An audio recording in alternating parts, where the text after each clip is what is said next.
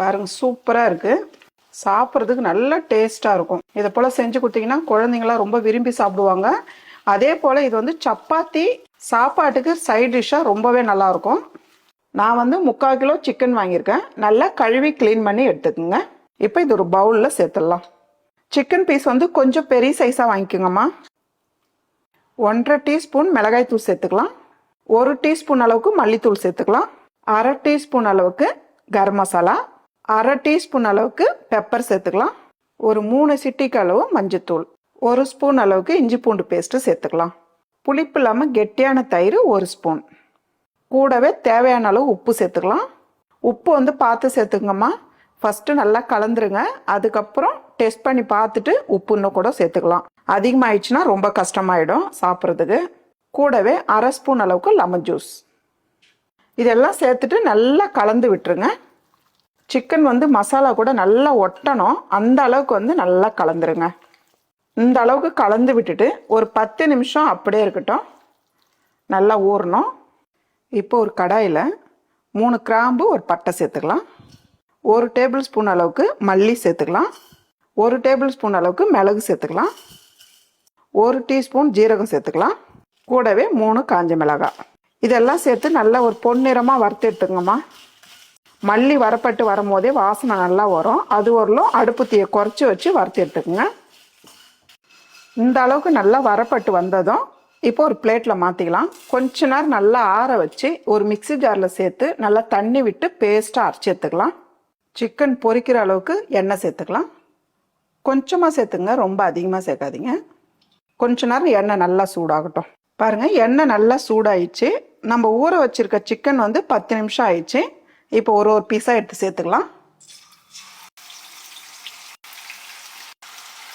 Chicken இதை போல் சேர்த்துட்டு கொஞ்ச நேரம் நல்லா செவந்து வந்ததுக்கப்புறம் திருப்பி விடுங்க. ஒரு பக்கம் செவந்து வந்ததும் இப்போ வந்து அப்படியே திருப்பி விடுங்க. நல்லா எல்லா பக்கமும் வந்து திருப்பி விட்டுக்கிட்டே இருக்கணும். நல்லா ரோஸ்ட் ஆகணும் சிக்கன். பாருங்கள், இந்த அளவுக்கு நல்லா ரோஸ்ட் ஆகணும். அதே போல் நல்லா வெந்து வரணும். நல்லா வெந்திருக்கு பாருங்கள். இப்போ வந்து நம்ம எடுத்துடலாம். ஒரு பிளேட்டில் எடுத்து வச்சுக்கோங்க. இதே போல் இருக்கிற சிக்கன்லாம் பொரிச்சு எடுத்துங்கம்மா. சிக்கன் பொரிச்ச எண்ணெயிலே அதிகமாக எண்ணெய் இருந்தால் எடுத்துருங்க.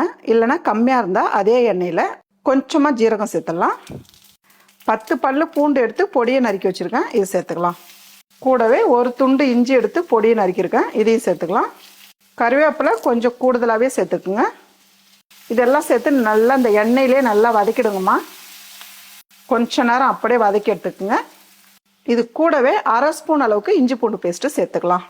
இதையும் சேர்த்து நல்லா கலந்து விட்டுருங்க. நல்லா 1 நிமிஷத்துக்கு வதக்கினா போதும். எண்ணெய் வந்து சூடான எண்ணெய் தான், அதனால் 1 நிமிஷம் வதக்கினாலே போதும். பாருங்கள், இந்த அளவுக்கு நல்லா வதங்கி வர டைமில் நம்ம மிளகு சீரகெல்லாம் வறுத்துட்டு அரைச்சி வச்சுருக்கோம். தண்ணி சேர்த்து இந்த அளவுக்கு நல்லா அரைச்சி எடுத்துக்குங்க. இப்போ வந்து இதை சேர்த்துடலாம். மிக்ஸி ஜாரை கழுவி ஊற்றி சேர்த்துக்குங்க. கொஞ்சமாக தண்ணி சேர்த்து மிக்ஸி ஜாரை கழுவி சேர்த்துக்கலாம். இப்போ இதெல்லாம் சேர்த்துட்டு நல்லா ஒரு 2 நிமிஷம் நல்லா வதக்கி விட்டுகிட்டே இருங்க. ஒரு 2 நிமிஷம் நல்லா கொதிக்கணும். தண்ணி வந்து இதுக்கு மேலே சேர்க்காதீங்கம்மா. இந்த அளவுக்கு தான் இருக்கணும் கிரேவியாக. நம்ம வந்து ஏற்கனவே வந்து சிக்கனில் உப்பு சேர்த்துருக்கோம். இப்போ வந்து உப்பு பார்த்து சேர்த்துக்குங்க. உப்பு சேர்த்து நல்லா கலந்து விட்டுருங்க. ஒரு 2 நிமிஷம் அப்படியே கொதிக்கட்டும். 2 நிமிஷம் ஆயிடுச்சு, நம்ம பார்க்கலாம். பாருங்கள், எண்ணெய் வந்து நல்லா திரிஞ்சு வந்திருக்கு பாருங்கள். அதே போல் நல்லா திக்காக இருக்குது. இப்போ நம்ம பொரிச்சு வச்சுருக்க சிக்கன் வந்து சேர்த்துடலாம். சிக்கன் சேர்த்து நல்லா கலந்து விட்டுருங்க. பாருங்கள், சூப்பராக இருக்குது. சாப்பிட்றதுக்கு நல்ல டேஸ்ட்டாக இருக்கும். இதை போல் செஞ்சு கொடுத்தீங்கன்னா குழந்தைங்களாம் ரொம்ப விரும்பி சாப்பிடுவாங்க. அதே போல் இது வந்து சப்பாத்தி சாப்பாட்டுக்கு சைட் டிஷ்ஷாக ரொம்பவே நல்லாயிருக்கும். கூடவே கொஞ்சமாக கொத்தமல்லி சேர்த்துடலாம்.